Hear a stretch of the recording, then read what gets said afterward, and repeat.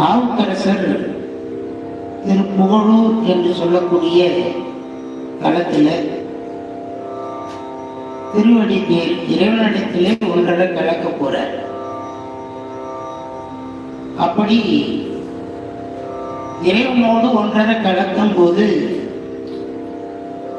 நமக்கு இந்த உலகத்திலே இருக்கக்கூடிய பந்த பாசங்கள் எல்லாம் நம்மை விட்டு நீங்கியதா என்பதை நாம சோதிக்க கூடாது, இறைவன் தான் சோதிக்கணும்.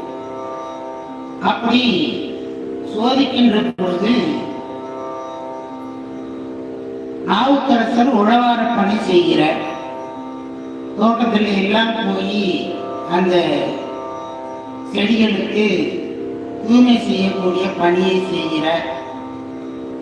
அப்பொழுது அந்த தோட்டத்திலே தேவலோக அரம்பையர் பெண்களை எல்லாம் வைத்து ஆட வைக்கிறார்.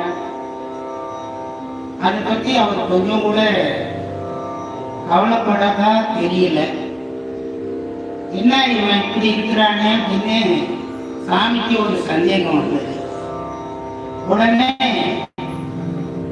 அவர் உழவார பணி செய்யக்கூடிய இடத்துல முத்து, வைடூரியம், தங்கம், மாணிக்கம், விலை உயர்ந்த அந்த கட்டளை எல்லாம் அங்கே காட்டுகிறார் இறைவன்.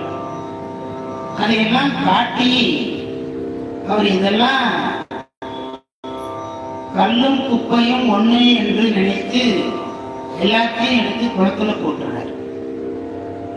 அப்பதான் சாமி இவருக்கு இந்த உலகத்தின் மேல பற்று இல்லை அப்படின்றத தெரிந்து அவரை அந்த திருப்புகழூரில் இருக்கக்கூடிய பெருமான்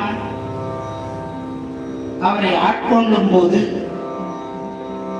அவருக்கு என்ன தோன்றியதோ அந்த பதிகத்தை விண்ணப்பம் செய்து இறைவனுடைய திருவடியை அடைகிறார்.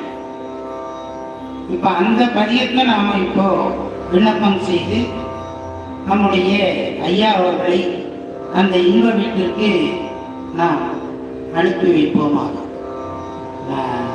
ஹரிகாம்பம்.